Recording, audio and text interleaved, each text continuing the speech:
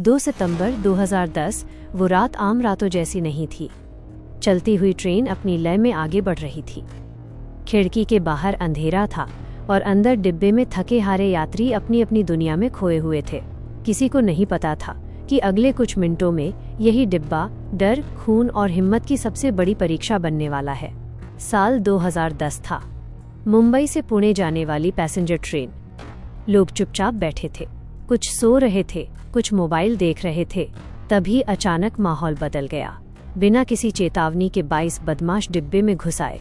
उनके चेहरे पर इंसानियत नहीं, सिर्फ लालच और हिंसा थी। हाथों में हथियार थे, आंखों में खौफ नहीं बल्कि मजा। उन्होंने यात्रियों को धमकाना शुरू किया। मोबाइल, पैसे, गहने जो मिला छीन लिया। पूरे डिब्बे में चीख पुकार मच गई। लोग डर के मारे अपने बच्चों को सीने से लगा रहे थे। कोई खड़ा नहीं हुआ, हर किसी की नजरें झुक गई। तभी उन बदमाशों की नजर एक युवा लड़की पर पड़ी। उसके चेहरे पर डर साफ दिखाई दे रहा था। वो कांप रही थी। बदमाशों ने उसके गहने छीनने शुरू कर दिए। जब उसने विरोध किया तो उसे धमकाया गया, अगर चिल्लाई तो चलती ट्रेन से बाहर फेंक देंगे। पूरा डिब्बा देख रहा था, लेकिन कोई आगे नहीं आया। डर ने सबको जकड़ लिया था। उसी डिब्बे के एक कोने में एक आदमी चुपचाप बैठा था। साधारण कपड़े, शांत चेहरा, लेकिन आंखों में कुछ अलग था। उसका नाम था विष्णु श्रेष्ठ। वो भारतीय सेना की 5/11 गोरखा राइफल्स का रिटायर्ड सैनिक था। उसने युद्ध देखा था, मौत को करीब से जाना था, लेकिन उस रात उसके सामने जो हो रहा था वो किसी युद्ध से कम नहीं था। उसने देखा कि एक लड़की की इज्जत और जान खतरे में है। उसने आसपास देखा, कोई नहीं उठ रहा था।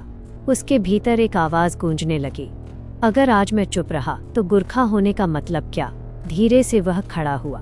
बिना कोई चेतावनी दिए उसने अपनी खुकरी निकाली। अगले ही पल वो हुआ जिसकी किसी ने कल्पना नहीं की थी। एक अकेला आदमी 22 दरिंदों पर टूट पड़ा। डिब्बे में अफरा तफरी मच गई। बदमाशों को लगा था कि सामने एक और डरपोक यात्री होगा, लेकिन सामने खड़ा था एक गुरखा जिसकी नसों में डर नहीं, साहस दौड़ता है। खुकरी चमकी और चीखों की आवाज गूंज उठी। लगभग 40 मिनट तक भयानक संघर्ष चला। विष्णु श्रेष्ठ को कई जगह चोट लगी, खून बह रहा था, शरीर जवाब देने लगा था, लेकिन हौसला अडिग था। हर वार के साथ वो सिर्फ एक ही बात सोच रहा था, लड़की को बचाना है। 3 बदमाश गंभीर रूप से घायल होकर गिर पड़े। कई डर के मारे चलती ट्रेन से कूदकर भाग गए। जो बचे वे सहमे हुए थे। उन्हें समझ आ गया था कि ये कोई आम आदमी नहीं है। आखिरकार ट्रेन अगले स्टेशन पर रुकी। पुलिस और एम्बुलेंस पहुंची। विष्णु श्रेष्ठ खून से लथपथ थे, लेकिन उनकी आंखों में संतोष था। लड़की सुरक्षित थी। रोते हुए उसने उनके पैरों को पकड़ लिया और कहा, अगर आप नहीं होते तो आज मैं जिंदा नहीं होती। उस दिन देश ने एक सच्चा नायक देखा। बाद में भारत के राष्ट्रपति ने विष्णु श्रेष्ठ को शौर्य चक्र से सम्मानित किया, लेकिन असली सम्मान उस रात मिला था, एक मासूम की जान बचाकर। ये कहानी हमें सिखाती है कि वीरता सिर्फ ताकत नहीं होती, वीरता सही समय पर सही फैसले का नाम है। और गुरखा सिर्फ सैनिक नहीं होता, वो हिम्मत की पहचान होता है।